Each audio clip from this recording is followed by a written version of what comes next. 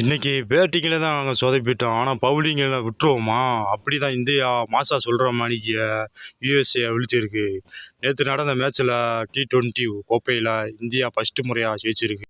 India டாஸை win பண்ணி பேட்டிங்கில் சும்மா பட்டை கிளப்பாக நினச்சா நம்மளுக்கு கொஞ்சம் சொதப்பதாயிருச்சு. ஆரம்பத்திலேயே மிகப்பெரிய அதிர்ச்சி நம்மளுக்கு. அபிஷேக் சர்மா டக் அவுட் ஆகிட்டாப்புல. இதுவே நம்மளுக்கு பெரிய ஷாக்காயிருச்சு.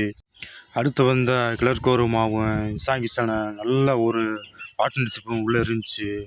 திடீர்னு கிளர்கோருமா இசாங்கிசனு சிவன் டுபே அடுத்தடுத்து அவுட் ஆக இந்தியா ஸ்கோரு 46க்கு 4 விக்கெட்டு.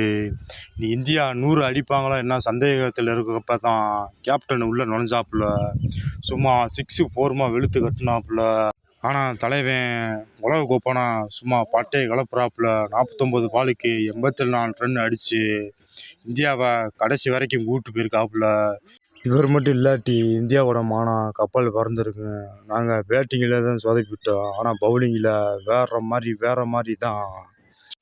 எனக்கே சந்தேகமாக இருக்குங்க, இந்தியா பேட்டியில் பெஸ்ட்டா இல்லை பவுலிங்கில் பெஸ்ட்டான்னு. உங்களுக்கு தெரிஞ்சால் கமெண்ட் பண்ணுங்கள் ப்ளீஸ்.